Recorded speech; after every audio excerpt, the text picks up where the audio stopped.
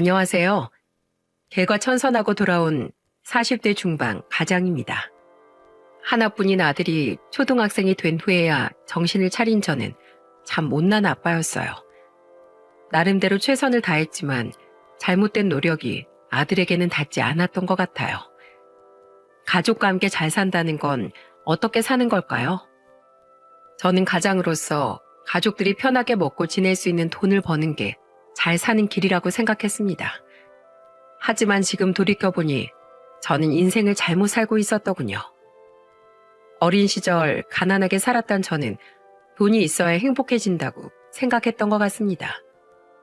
그래서 제가 가정을 이룬다면 아버지처럼 무능력한 가장이 되지 않겠다고 늘 다짐했었답니다. 사업이 잘 되니까 일도 가정도 다 잘 돌아가고 있다고 생각했어요. 장모가 절 눈치 주고 힘들게 하던 와중에도 아내는 절 믿어주던 존재였습니다. 돈이 있어야 행복하다고 믿었던 저와 달리 아내는 따뜻한 말 한마디를 더 중요하게 생각했어요. 아내와 연애할 때도 한결같이 절 믿어주던 사람이라 결혼까지 결심하게 됐습니다. 제가 처음 사업을 시작할 때 절 가장 믿어주고 응원해주던 아내는 걱정이 많은 저를 다독여주면서 말했어요. 젊을 때 하는 실패는 복 받은 거래. 젊으면 실패해도 다시 일어날 수 있는데 나이 들면 젊을 때만큼의 힘이 없잖아. 그러니까 오빠 하고 싶은 거 지금부터 다 해봐. 그래도 우리 이제 결혼 준비도 해야 하는데 내가 너무 불안정하면 당신까지도 힘들 수 있잖아. 아니, 난 현실에 안주하는 것보다 오빠처럼 도전하는 게 더 멋있어. 그러니까 힘내. 망하더라도 도망가지 않고 버티고 이겨내자. 같이 있으면 다 해낼 수 있어. 우리 이제 가족이잖아. 아내는 제 곁에서 절 가장 많이 믿어주는 든든한 지원자였습니다. 아무래도 사업이라는 게 어렵다 좋았다 하지 않습니까? 경기 흐름도 많이 타다 보니까 저는 늘 불안했어요. 심지어 아내는 친부가 사업이 망했던 경험도 있어서 더 걱정이 많았을 텐데도 절 지지해 준 겁니다. 어렵게 큰 제가 가난을 싫어하는 것처럼 친부가 사업 실패로 힘들었던 기억이 있는 아내가 절 힘들어할 거라고 믿었어요. 하지만 아내는 저의 어리석은 고민에 현답을 내놓으면서 말하더군요. 난 아버지가 사업 망해서 가족들이 힘들게 했다는 것보다 사업 망했다고 가족들 다 두고 도망갔다는 게 더 원망스러웠어. 힘들 때 사랑하는 가족부터 포기하는 게 사랑은 아니잖아. 힘들어도 같이 이겨내려는 마음이 있어야지. 친부 이야기만 나오면 아내는 목에 핏대를 세우면서 화를 냈어요. 처음엔 그래도 친아버지인데 저렇게까지 싫어할 수 있을까 싶었는데 자세한 내막을 들어보니까 왜 싫어하는지 이해가 가더라고요. 결혼 전 아내한테 듣기로 친아버지는 아내가 고등학교 1학년 때 가족들을 버리고 도망갔다고 했어요. 그때 친부 사업이 어렵다는 건 알고 있었지만 친부가 그렇게 사라질 거라고 생각도 못했던 겁니다. 그 상황에 장모는 아내가 큰딸이다 보니 많이 의지했던 것 같았어요. 아무래도 아내가 유일한 딸이라 친부에 대한 원망을 아내한테 쏟아냈다고 했습니다. 장모는 친부가 생활비를 제대로 주지 못하기 시작할 때부터 아내한테 하소연을 많이 했다고 했어요. 네 아빠 점점 더 어려워져서 어떡하면 좋니? 아휴, 이번 달은 아예 생활비도 안 주려나 봐. 생활비도? 아빠도 열심히 일하려고 하는 것 같은데 계속 일이 꼬이나 봐. 어떡하지? 열심히 하는 게 뭐가 중요해? 제대로 못했으니까 이 사단이 난 거잖아. 무능력한 남자 만나면 이 엄마 꼴 나는 거야. 넌 절대 네 아빠 같은 사람 만나지 마. 아휴, 속 터져서 정말. 장모는 하나뿐인 딸에게 별소리를 다 하면서 한탄을 했던 겁니다. 요즘 말로 K 장녀라고 하죠.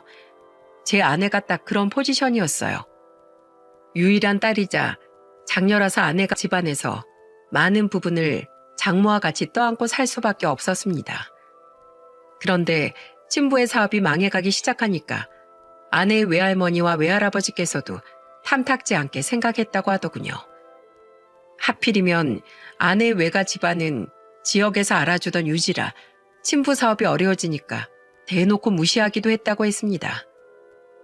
이런 명절에도 온 식구들이 인사드리러 가면 아내의 외할머니는 밥을 먹다 말고 친부를 보고 날이 선 목소리로 말했다고 했어요. 자넨 밥이 넘어가나? 지금 처자식 다 굶게 생겼는데 밥이 넘어가냐고. 죄송합니다. 저도 열심히 알아보고 있어요.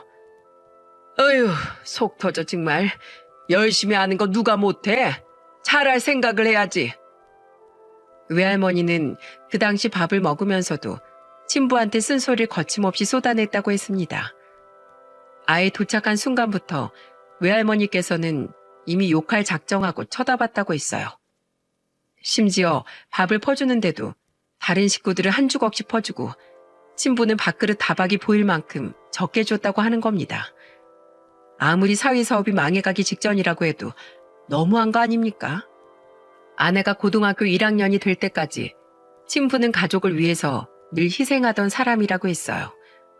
그런데 한순간의 실수로 사람한테 이렇게까지 할 수 있는 건지 정말 이해가 안 가더군요. 그래서 아내는 제가 실패하더라도 늘 응원해 주겠다고 했습니다. 본인이 생각해도 그 당시에 장모와 외할머니, 외할아버지는 너무했다고 혀를 내두를 정도였거든요. 그 상황에도 아내는 친부에게 힘을 주고 싶어서 힘들어하는 친부를 응원하는 말을 많이 했다고 하더군요. 아빠, 걱정하지 마요. 나 이제 고등학생이잖아. 그리고 다이어트 할 거라서 밥도 많이 안 먹어. 뭐? 우리 딸이 뺄살이 어디 있다고 다이어트를 해? 다 생각이 있어. 그러니까 난 동생들한테 콩 한 쪽도 양보할게. 못난 아빠 때문에 우리 딸이 철이 일찍 들었네. 그래도 그런 생각하지 마. 아빠가 무슨 일이 있어도 우리 가족만큼은 절대 포기 안 해. 아빠 믿지? 난 누가 뭐라고 해도 아빠 믿어. 그래, 다른 사람들이 다 나한테 돌을 던져도 내 자식들이 날 이렇게 믿어주는데 아빠는 몇 번이고 다시 일어날 수 있어. 아내는 그 순간 친부를 누구보다 믿었다고 했어요. 사업이 아무리 어렵고 힘들어도 어떻게든 이겨낼 수 있는 분이라고 했죠. 그런데 그런 아버지가 하루아침에 가족들을 다 버리고 도망갔는데 믿을 수 있었겠습니까? 심지어 아내가 첫째 딸이라 친부는 처남들보다도 더 아내를 예뻐했다고 했어요. 그래서 어려운 상황에도 큰딸이었던 아내를 보면서 힘을 내려고 노력하던 분인데 하루아침에 먼지처럼 사라졌으니 아내는 배신감이 클 수밖에 없었습니다. 친부가 집을 나갔던 날 장모는 그 당시 살던 집 거실에서 친부의 물건을 전부 쓰레기 봉투에 담으며 화를 냈다고 했어요. 이런 쓰레기 같은 놈, 내가 그럴 줄 알았어. 이러고도 가장이야? 뭐? 금방 이겨낼 수 있어?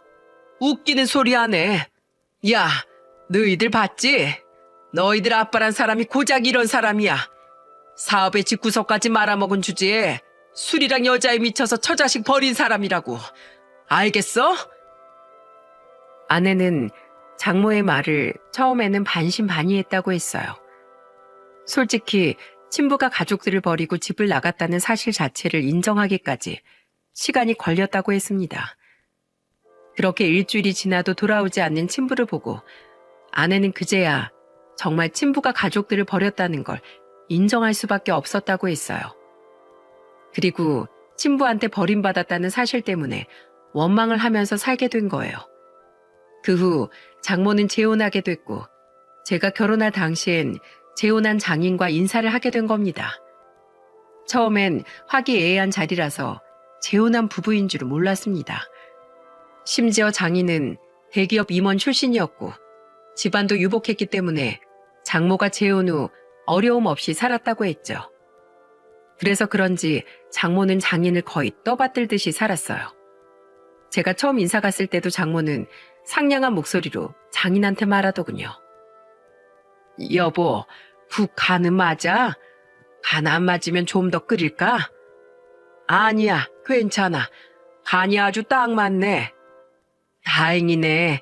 당신 입맛에 맞추려고 신경 좀 썼어. 마치 주변 사람은 보이지도 않는 듯 둘이서만 대화하는 걸 보고 저는 머쓱했습니다.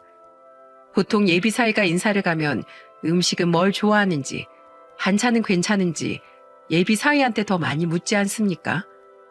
그런데 장모는 제가 안중에도 없는 듯이 오로지 장인만 보면서 이것저것 묻고 있었어요. 여보, 내가 어제 당신이 먹고 싶다고 해서 만든 건데 이것 좀 먹어봐. 괜찮지? 괜찮네. 콩나물국도 당신 어제 과음해서 내가 일부러 끓인 거야. 당신 과음하면 하루 종일 속 불편하잖아. 어서 좀 먹어봐. 예비 사위 인사 왔는데 왜 나만 먹으래?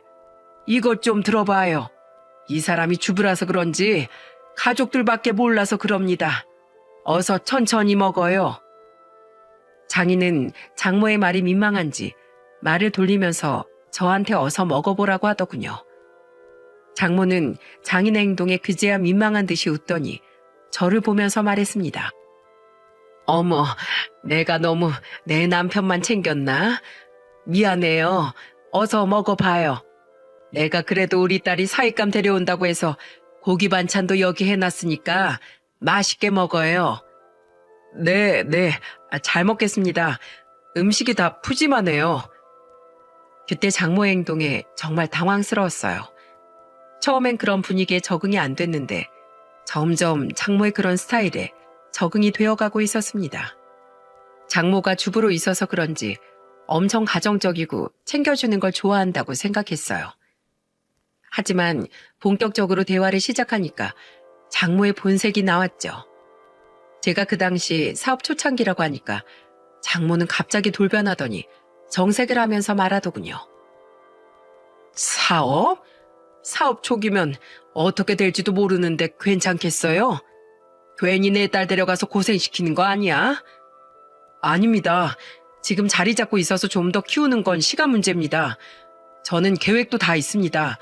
믿어주십시오. 그걸 당장 어떻게 믿어? 장모는 제 사업이 초기라는 걸 듣고는 완전히 180도 달라진 모습으로 말했어요. 그걸 본 저는 당황하고 말았습니다. 솔직히 사람 일 어떻게 될지 모른다고 해도 최악을 예상하고 하는 질문에 제가 뭐라고 말하겠습니까? 그 당시 장모는 제가 아무리 잘하겠다고 말해도 믿지 않는 눈치였어요. 결국 보다 못한 아내가 장모를 진정시키면서 말하더군요. 엄마, 그렇게 사람을 몰아붙이면 잘하던 사람도 당황하겠다. 이 사람 성실하고 똑똑한 사람이야. 그건 내가 더 잘 알아. 내가 진짜 이 말까진 안 하려고 했는데 네 아빠 멍청해서 그렇게 도망간 줄 알아? 그 얘기가 여기서 왜 나와? 우리 집 사이가 될 사람이면 알 건 알아야지. 다 숨기고 결혼할 거야? 엄마가 사업하는 사람 싫다고 했지? 사업한다고 다 똑같은 사람인 줄 알아? 이 사람은 달라. 우리 버리고 간 사람이랑은 완전히 다른 사람이니까 괜한 소리 좀 하지 마. 엄마 이럴까봐 내가 일부러 사업한다고 말하기도 싫었어. 말 안 하면 뭐 어쩌겠다는 거야? 내 말 명심해. 사업하는 놈들 다 똑같다니까. 장모는 제가 사업 초기라는 걸 듣자마자 노골적으로 싫은 티를 냈습니다. 장모 입장에서는 딸이 이제 막 자리 잡기 시작한 남자한테 결혼하겠다고 하면 싫을 수도 있다고 이해하려고 노력했습니다. 하지만 장모는 제가 사업도 망하고 결국 바람나서 도망갈 사람이라고 단정짓고 말하는 것 같아 슬슬 기분이 안 좋더라고요. 저도 사람인데 그럴 수 있지 않겠습니까? 그런데 그때 제가 표정이 점점 굳어지니까 장인이 장모를 말리면서 말하더군요. 당신 괜히 왜 옛날 이야기를 꺼내고 그래? 예비 사위 왔는데 여러 사람 불편한 소리 굳이 왜 해? 난 그냥 걱정되니까 하는 소리지. 당신도 알잖아. 그 사람이 어땠는지. 그만 못해? 망하라고 초치는 것도 아니고 우리가 어른이면 잘 살라고 응원을 해줘야지. 사람 그렇게 직업만 보고 판단하지 마. 사람 인성을 봐야지. 미안해요. 나한텐 트라우마라서 갑자기 나도 모르게 그만 화가 나서 그랬어요. 장모는 장인의 단호한 태도에 풀이 죽은 목소리로 말했습니다. 그러더니 장인은 절 보면서 위로하듯 말하더군요. 이 사람이 말은 이래도 속은 참 깊은 사람이니까 이해 좀 해줘요. 과거 일 때문에 자식 걱정이 앞서서 그래요. 네, 이해합니다. 충분히 그러실 수 있죠. 하지만 저 정말 자신 있습니다. 설한이 꼭 행복하게 해주겠습니다. 그렇게 말해주니까 고맙네요. 장인은 따뜻한 목소리로 절 위로했습니다. 그래도 처음 인사 갔던 날 장모 때문에 상처를 받긴 했지만 장인의 위로로 마음이 녹았습니다. 그렇게 저는 장모의 걱정과 장인의 격려 속에 아내와 살림을 차리게 된 거예요. 그 후 아내와 아들을 낳고 가정을 잘 꾸리고 살고 있었어요. 하지만 제가 하던 사업은 아들이 3살이 될 때까지도 큰 성과를 보이지 못했습니다. 그렇다고 생활비를 못 줄 정도는 아니었지만 장모의 눈에 들기엔 역부족이었어요. 처음엔 그래도 장모가 대놓고 절 무시하진 않았었죠. 하지만 아이를 낳고 집에서 주부로 있던 아내가 삼겹살 가게를 운영하기 시작하고 나서부터 장모한테 제대로 찍힌 겁니다. 저는 갑자기 돌변한 장모가 왜 그런가 싶었어요. 아내가 본격적으로 장사를 시작하고 몇 개월 뒤 처가에 갔을 때 저는 현관문을 열어주는 장모를 보고 반갑게 인사를 했었어요. 장모님, 그동안 잘 계셨어요? 자네 같으면 내가 잘 계셨을 것 같나? 네? 장모님 어디 편찮으셨어요? 제가 바빠서 안부 전화도 잘 못 드렸네요. 죄송해요. 자넨 대체 뭘 안다고 그렇게 바쁜가? 난 우리 설한이가 삼겹살 가게 오픈하고부터 잠도 제대로 못 자. 애 키우면서 얼마나 힘들지 걱정이 돼서 잠도 못 잔다고. 애초에 자네가 돈을 잘 벌었으면 우리 딸이 나가서 식당을 했겠나? 절 보자마자 화를 내는 장모 때문에 저는 어안이 벙벙했어요. 제가 그 당시 잘 버는 건 아니었지만 그래도 부족하지 않게 벌고 있었거든요.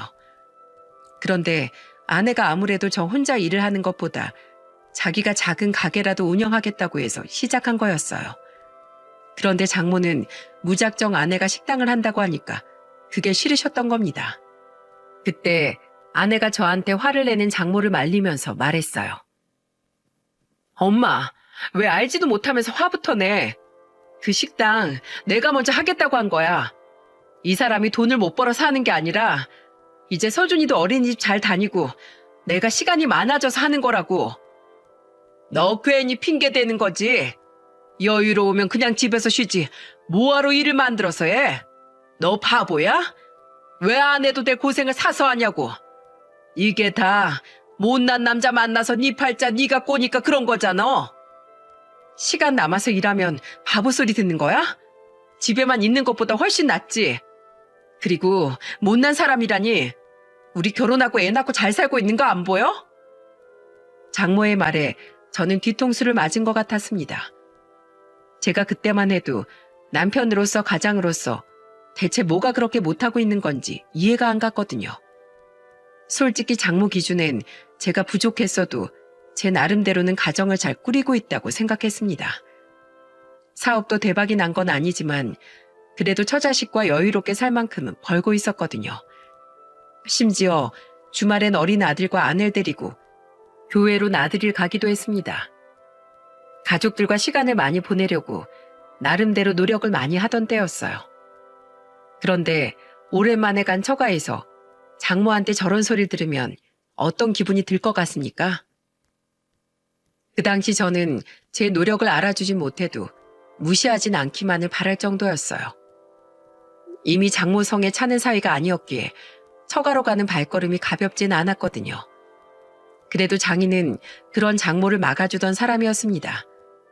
현관이 소란스러우니까 장인이 마중 나왔다가 장모의 말에 호통을 치면서 말하셨어요. 당신 그만 좀 해. 왜 잘 사는 애들 흔들고 그래? 오랜만에 왔으면 좋은 소리 좀 해, 좀. 애가 얼마나 속상하면 그러겠어요? 쓸데없는 걱정은 혼자서 속으로 해. 어서 들어오게. 장인은 장모를 말리고 저와 아내를 보면서 어서 들어오라고 손짓했습니다. 다들 어떻게 보실지 모르겠지만 장모는 늘 저한테 이런 식이었죠. 현관에서 이 정도로 박대하는데 집안에선 어땠을지 상상이 되십니까? 아마 무엇을 상상해도 제가 겪었던 것만큼 심하지는 않을 겁니다. 이렇게 한 차례 소란을 겪고 집 안으로 들어가면 그때부터는 거의 2차 전쟁이었습니다. 그날도 한바탕 하고 들어가서 그런지 장모는 집 안에 오자마자 혼잣말을 엄청 크게 하셨어요. 아휴, 속 터져서 원. 내놓으라 하는 집안 자식들 다 걷어차고 어디서 듣도 보도 못한 사업하는 놈한테 시집가더니 삼겹살 가게가 뭐야? 하여튼 저것도 헛똑똑이야, 헛똑똑이. 내 꼴 난 거 보고도 사업하는 놈이랑 결혼한다고 했을 때부터 내가 이해가 안 갔어. 거실 소파에 앉으면서 이런 혼잣말까지 하시는데 제가 안 들으려고 해도 안 들을 수가 없더라고요. 솔직히 이런 말은 딸이 아니라 저 들으라고 하는 말 아닌가요? 이런 밑도 끝도 없는 말에 저는 슬슬 화가 나기 시작했습니다. 제가 성인 군자도 아니고 사람인데 당연히 화가 날 만한 상황이었죠. 그런데 듣다 못한 아내가 또다시 장모한테 한숨을 쉬면서 화를 냈어요. 엄마, 그만 좀 해. 대체 언제까지 그럴 거야? 너도 아들 말고 딸 낳아서 키워봐. 그래야 내 심정을 알지. 딸년 금이야 오기야 키워두면 뭐해. 엄한 놈한테 시집가서 쌩고생을 하면서 사는데. 내가 언제 고생한다고 했어? 엄마 혼자서 내가 고생할 거라고 짐작하는 거잖아. 우리 아들도 같이 왔는데 꼭 그런 말을 해야겠어? 애 앞에서 제발 말 좀 조심해달라고 내가 부탁했었잖아. 그리고 줄을 서기 누가 줄을 서? 나랑 결혼하겠다고 줄 선 놈들 한 명도 없었네요. 그래, 네 엄마 속이 터지든 말든 네 새끼 뭘 듣고 배우는지 단속이나 해라. 장모는 아내의 말에 화가 나서 결국 자리를 박차고 일어나셨어요. 장인은 오랜만에 사이가 왔는데 저렇게밖에 말하지 못하는 장모를 답답해했습니다. 저는 이 무렵부터 장모한테 무시당하고 있다는 게 정말 서럽기 시작했어요. 솔직히 제가 백수도 아니고 저도 나름대로 뼈 빠지게 일하고 있는데 이런 소리 지속적으로 들으면 어떨 것 같습니까? 그때 제가 굳은 표정으로 있으니까 장인이 와서 절 다독이면서 말하더군요. 자네가 이해 좀 해줘. 내가 대신 사과할게. 저 사람이 상처가 많은 사람이라 그래. 자네도 대충은 알지? 네, 저도 어느 정도 알고는 있어요. 그래, 가족이라는 게 서로 이해해주면서 사는 거잖아. 그러니까 이해 좀 해주게. 그때 받은 충격이 상당했던 것 같아. 말은 저렇게 해도 자네랑 설한이 힘든 건 아닌지 걱정 많이 하고 있어. 네, 그럼요. 저도 장모님 마음은 다 이해해요. 근데 저도 노력하고 있는데 계속 저러시니까 여러모로 서운한 감정이 올라오네요. 자네 마음 내가 알아. 나도 장인 장모가 있으니까 자네 심정 다 알지. 난 그래도 자네 응원하고 있으니까 너무 기죽지 말게. 내가 자네 항상 응원하고 있는 거 알지? 그럼요.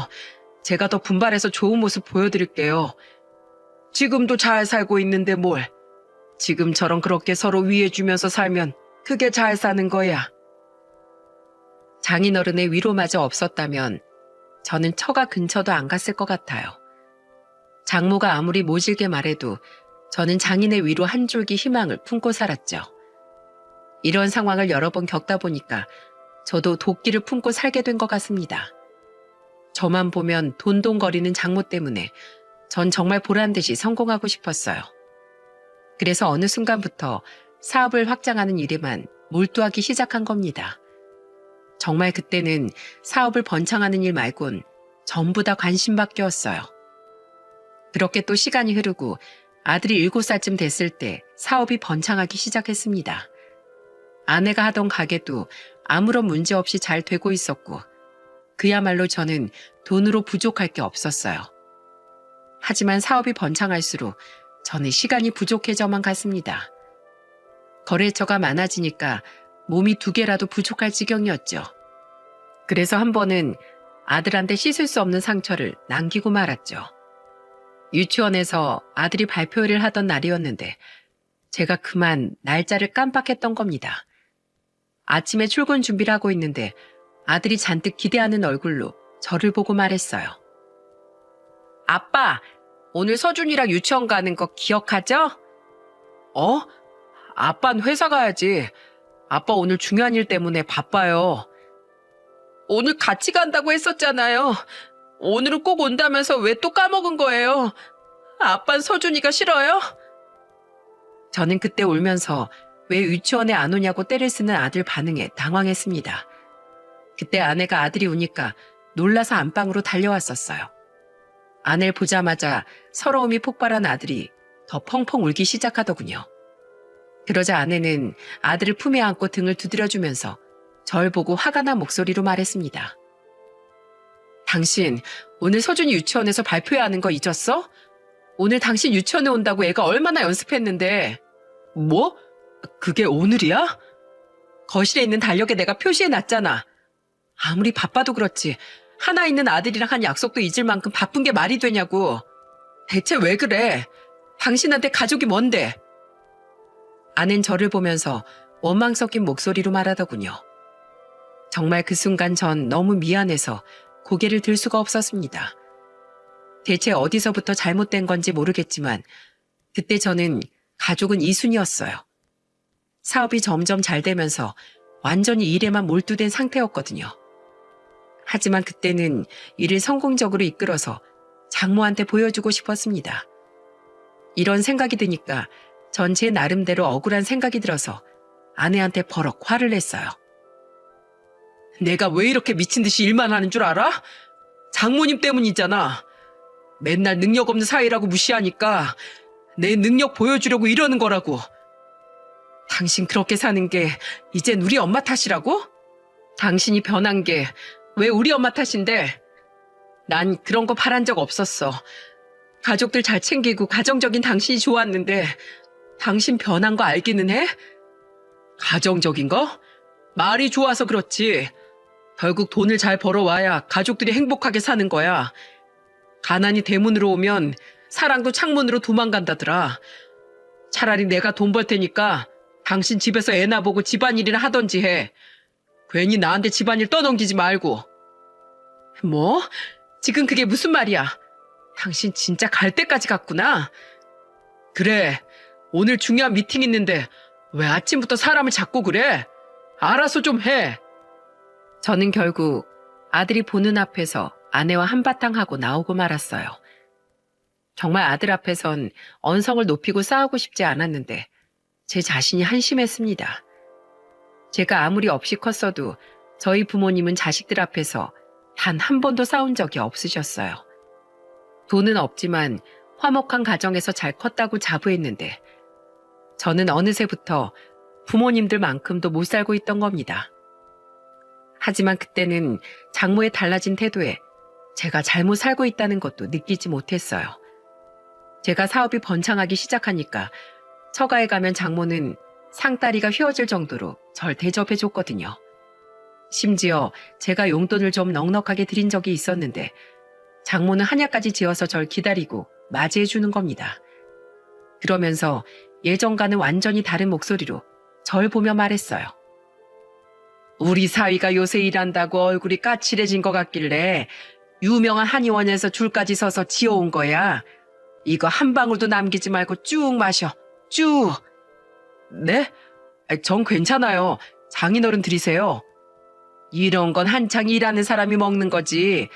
저 사람이 뭘 안다고 이런 걸 마셔. 얼른 쭉 마셔. 쭉. 그렇지. 제 사업이 번창하기 시작하니까 달라진 장모 태도가 느껴지십니까? 예전엔 제가 오면 현관부터 날이서 목소리로 말하던 장모가 이제는 제 안색이 괜찮은지 살피고 있는 겁니다. 그래서 전 이제야 제가 잘 살게 됐다고 믿어버린 거예요. 드디어 돈을 잘 벌게 됐으니까 이제는 성공한 인생을 잘 살고 있는 거라고 믿었죠. 하지만 그런 생각이 들수록 사업이 잘못될까봐 저는 늘 일에만 매달려 살았어요. 거의 일에 끌려다닌 겁니다. 그 결과 아들과는 멀어지고 아내와는 대화가 안 통하기 시작했어요. 한 번은 거실에서 아들과 아내가 있었고 제가 야근을 끝내고 집에 들어오던 길이었죠. 몸이 천근만근이라서 얼른 씻고 자고 싶었는데 아들이 저한테 달려오면서 말하더군요. 아빠, 오늘 엄마가 저 책가방 사주셨어요. 그래. 좋은 거 샀네. 이것 좀 봐주세요. 멋있죠? 그래. 잘 샀어. 가서 엄마한테 가방끈 잘 매달라고 해. 아빠가 해주세요. 아빠. 엄마한테 가서 해달라고 말하라니까. 아빠 피곤한 거 안 보여? 누가 떼쓰라고 가르친 거야? 저는 얼른 씻고 자려는데 저한테 매달리면서 떼쓰는 아들이 솔직히 귀찮았습니다. 저도 모르게 피곤해서 아이한테 소리를 질렀고 겁을 먹은 아들은 눈물이 맺혀 있더라고요. 아내는 이제 이런 상황이 익숙하다는 듯 힘없이 오더니 저를 보며 말했어요. 당신 아들 초등학교 입학하는 건 알지? 내가 그것도 모를까 봐 그래? 그런 건 당신이 좀 챙겨. 누가 안 챙긴대? 난 잘하고 있으니까 당신이나 잘해. 아니다. 난 이제 당신한테 바라는 게 없어. 그러니까 그냥 당신 하고 싶은 대로 해. 내가 백날 떠들어봐야 당신 내 말 안 들을 거잖아. 지금 비꼬는 거야? 내가 못한 게 뭔데? 사업 말아먹고 집 나간 것도 아닌데 왜 맨날 말을 그렇게 하는데? 왜 자꾸 날 나쁜 사람으로 만드냐고. 뭐? 당신 지금 그걸 말이라고 하는 거야? 나한테 그게 얼마나 큰 상처인지 알면서 말을 그딴 식으로 해? 지금 말 다 했어? 애초에 장모님이 날 무시하지만 않았어도 내가 이랬겠어? 난 무시하고 바보 만든 사람이 누군데? 아내와 제가 언성을 높이면서 싸우니까 아들은 서럽게 울기 시작하더니 제 다리에 매달리면서 말했습니다. 아빠, 화내지 마세요. 엄마랑 싸우지 마요. 제가 잘못했어요. 네? 제가 잘못했어요. 아니야. 엄마랑 아빠 싸우는 거 아니야. 작은 눈에 닭똥 같은 눈물을 뚝뚝 흘리면서 우는 아들을 보고 당황한 저는 아들을 달래려고 애를 썼습니다. 하지만 제가 어쩔 줄 몰라 하면서 어색하게 아들을 달래고 있으니까 아내는 제 손을 쳐내고 아들을 안고 방으로 가더군요. 답답한 마음에 한숨까지 나왔습니다. 분명 사업에 아무런 문제도 없고 돈도 이전보다 더 잘 벌고 있는데 이상하게 가족들끼리는 멀어지고 있었어요. 예전에는 가정도 일도 다 잘하고 있다고 믿었는데 그때는 모든 게 엉망진창인 것 같았습니다. 그날 이후 제 말실수로 아내와는 걷잡을 수 없이 멀어졌어요. 제가 사과를 해도 아내는 괜찮다는 말만 할 뿐 말수가 줄어들기 시작한 겁니다. 원래 2마리 토끼 다 잡고 살 수 없어서 제 인생이 이렇게 된 걸까요? 하지만 아내와 대판 싸우고도 제 일상은 달라지지 않았습니다. 오히려 사업이 번창하기 시작하니까 이걸 유지하려고 더 바빠진 겁니다. 그런데 정신없이 일만 하던 와중에 아내가 묘하게 달라진 느낌을 받게 됐어요. 예전에는 집에 들어오면 항상 집이 깨끗했는데 어느 순간부터 집안이 전혀 관리가 되지 않는 겁니다. 심지어는 저녁에 집에 왔더니 물을 마실 컵조차도 없었어요. 아들은 학교가 끝나면 아내가 운영하는 가게에서 저녁을 먹고 아내와 같이 집으로 왔었습니다. 그때 저는 오랜만에 일찍 집에 왔다가 언짢은 기분이 들더라고요. 그래서 아들과 집에 오던 아내한테 쏘아붙이듯 말했습니다. 당신 집골이 이게 뭐야? 어떻게 물 한 잔 마실 컵이 하나도 없어? 그 정도는 알아서 좀 씻어 먹어. 요새 나도 가게 일로 바빠서 그래. 대체 그 가게 얼마나 바쁘길래 그래? 누가 생활비 벌어오래? 이제 그거 안 해도 먹고 살잖아. 그냥 집에서 살림이나 해. 당신이 내 상황을 다 알아? 뭘 안다고 그렇게 쉽게 말하는데? 당신이야말로 똑바로 해. 집안일에 정말 관심 없는 게 누군데? 내가 지난주부터 얘기 좀 하자고 했지. 몇 번이나 말했는데 당신 기억도 못하지? 저의 말에 갑자기 버럭 화를 내는 아내 모습에 저는 말문이 턱하고 막혔어요. 아내와 자잘한 다툼이 있었지만 그 정도로 화내는 모습은 처음이었거든요. 생각해보니까 아내가 저한테 요 근래 계속 대화 좀 하자고 했던 기억이 떠올랐죠. 하지만 제가 계속 미루고 미루는 바람에 결국 아내 이야기를 듣지 못했어요. 저는 그때 화를 내는 아내한테 미안한 목소리로 말했습니다. 내가 요새 좀 바빠서 그랬어. 할 얘기가 뭔데? 오늘 나 일찍 왔으니까 말해봐. 아니, 됐어.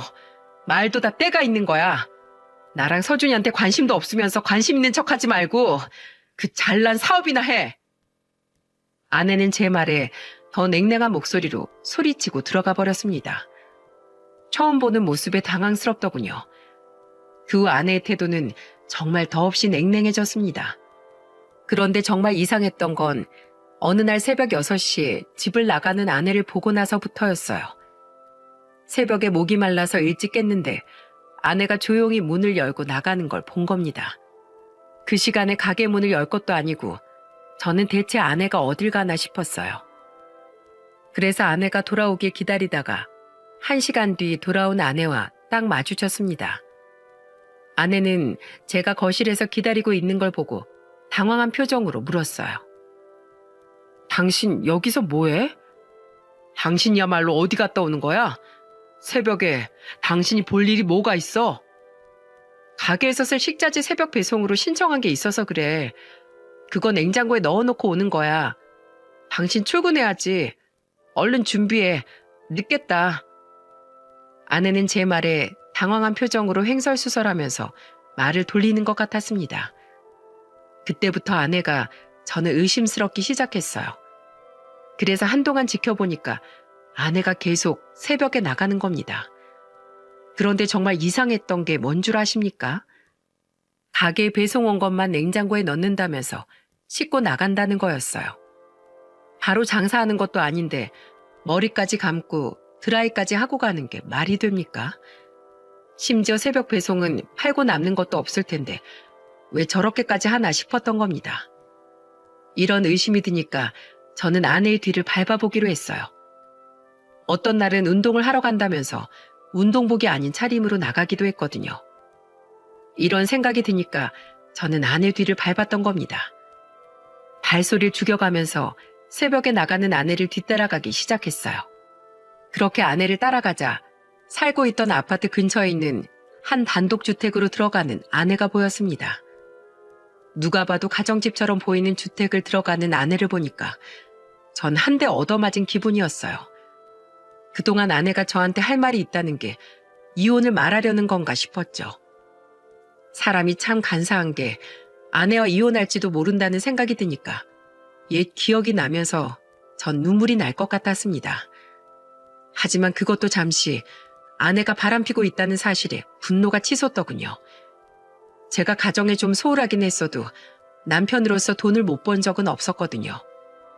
제 방식대로 가정에 헌신하던 저의 노력이 물거품 된 기분에 전 화가 났습니다. 그리고 정말 다 뒤엎어버릴 작정으로 아내가 들어간 주택으로 쳐들어갔어요. 허술한 대문과 마침 열려있던 현관문 덕분에 저는 현장을 급습할 수 있었죠. 들어서자마자 저는 소리쳤어요. 이것들이 누굴 바보로 알아? 감히 나 몰래 두 집 살림을 해? 그런데 저는 현장을 급습하자마자 거실을 보고 크게 당황했습니다. 아내가 거실에 힘없이 누워있는 늙은 노인의 얼굴을 물수건으로 닦아주고 있는 모습이었어요. 저는 그걸 보자마자 놀란 목소리로 아내한테 소리쳤습니다. 당신 뭐야? 여기서 뭐해? 저 할아버지 뭐야? 여보. 아내는 절 보자마자 당황하더니 울기 시작했습니다. 그러자 누워있던 의문의 노인은 저를 보면서 힘겹게 말했어요. 내가 다 설명할게요. 우리 딸은 잘못이 없어요. 네? 딸이요? 내가 우리 설안이 친부되는 사람입니다. 죽기 전에 내 새끼들이 보고 싶어서 염치불구하고 왔어요. 저는 노인의 입에서 나오는 말들을 믿을 수가 없었어요. 노인이 울면서 말하다 기침을 하니까 아내는 다급한 목소리로 노인의 손을 잡고 말했습니다. 아빠, 제가 말할게요. 제발 진정하세요. 너무 자연스럽게 아빠라고 말하는 아내를 보니까 저는 모든 게 혼란스러웠어요. 집안 말아먹고 바람까지 나서 집 나간 사람을 아빠라고 부른다는 게 이상했어요. 그리고 이어지는 아내의 말에 충격을 금치 못했습니다. 내가 다 말할게. 우리 아버지야. 아버지? 당신 아버지라면 이를 갈던 사람이 지금 그런 말이 나와? 다 오해였어. 우리 아버지 삶 망했던 거 맞는데 바람나서 나간 사람 아니야. 다 오해라고. 알고 보니까 아내의 친부는 바람이 나서 집을 나갔던 게 아니었어요. 오히려 바람이 난 건 장모였던 겁니다. 장인은 그 당시 사업이 망한 충격과 장모가 바람난 충격을 이기지 못해 집을 나갔던 거였습니다. 그런데 장모는 자신의 외도를 숨기려고 충격으로 집을 나갔던 장인한테 덮어 씌웠던 겁니다. 사위였던 저도 이렇게 충격적인데 아내는 어땠겠습니까? 그래서 저는 울고 있던 아내한테 침착하게 말했어요. 근데 지금 어디가 어떻게 아프시길래 이렇게 계신 거야? 우리 아빠 시한부야. 얼마 안 남았어. 산에서 살다가 얼마 안 남은 거 알고 자식들 보러 오신 거야. 나도 이렇게 당황스러운데 동생들한테 어떻게 말해야 될지 모르겠어. 그래서 당신이랑 상의하려고 했는데 당신이 내 얘기 들어준 적 있어? 저는 그때서야 아내가 저한테 하려던 말이 뭐였는지 알게 된 겁니다. 아내한테 너무 미안해 고개를 들 수가 없더라고요. 결국 그날 저는 회사도 직원들한테 맡겨놓고 아내와 장인 곁을 지켰습니다. 그리고 처남들에게 주소를 보내고 오라고 했죠. 그날 저녁 장인은 처남들까지 모두 한자리에서 보게 됐어요. 아내의 친부는 처남들을 보자마자 울면서 말했습니다. 얘들아, 아빠다. 아빠야. 당신이 왜 여기 있어? 왜 이제 나타나? 오해야. 이 아빠 말 좀 들어줘. 아니, 듣기 싫으니까 사라져요. 이제 와서 무슨 얘기를 해? 처남들은 대화를 거절하면서 화를 내더군요. 저는 격하게 화를 내는 막내 처남을 붙들고 말했습니다. 처남, 내 말 들어. 직접 대화를 해봐. 용기 내서 오신 거잖아. 얘기를 해봐야지. 결국 저의 간절한 부탁에 친부와 아내, 처남들의 대화가 시작됐습니다. 눈물 없이 볼 수 없는 장면에 저는 가슴이 뭉클했어요. 그동안 아내의 친부는 산속에서 홀로 지냈던 것 같습니다. 혹시 여러분들 나는 자연인이다 프로그램 아십니까? 거기 나오는 사람들처럼 모든 걸 피해서 혼자 살았던 겁니다. 그만큼 사업 실패와 믿었던 아내의 외도는 충격적이었던 것 같았어요. 처남들은 모든 걸 알고 목 놓아 울면서 말했습니다. 일찍 오셨어야죠. 왜 이제 나타난 건데요? 그동안 아빠를 얼마나 원망했는데요. 미안하다. 그래도 나 때문에 너희가 가난했잖아. 널 힘들게 만든 건 나니까 나타날 수가 없었어. 난 절대 엄마 용서 못해요. 우리 가난하게 만든 건 이해해도 아빠 이 지경까지 만든 건 엄마라고요. 처남들과 아내는 모든 사실을 알게 되자마자 장모한테 배신감을 느낄 수밖에 없었어요.